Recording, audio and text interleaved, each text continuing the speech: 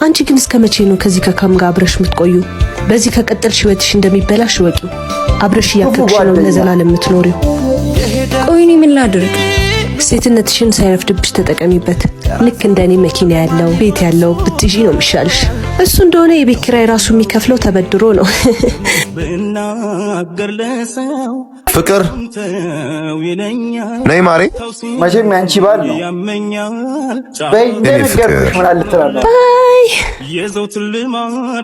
የኔ ፍቅር ዞር በልልኝ ወደዛ። ምን ነው የኔ ፍቅር? ፍቅርን ሂድና እዛ ፈልግ። ምን ነው ምን አጠፋው? እዚህ ጋር ይብቃል።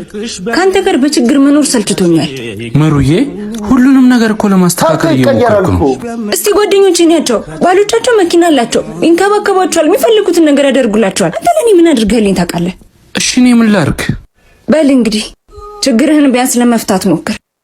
ገንዘብ ሳይኖር ሴት ላይ አትንጠልጠል። ቢያንስ የለበስከው ልብስ ቀይር። ቻው። እኔ ሰርቼ ላግኝ እኮ አይባልም። መፍቀርም አይችልም ማለት ነው።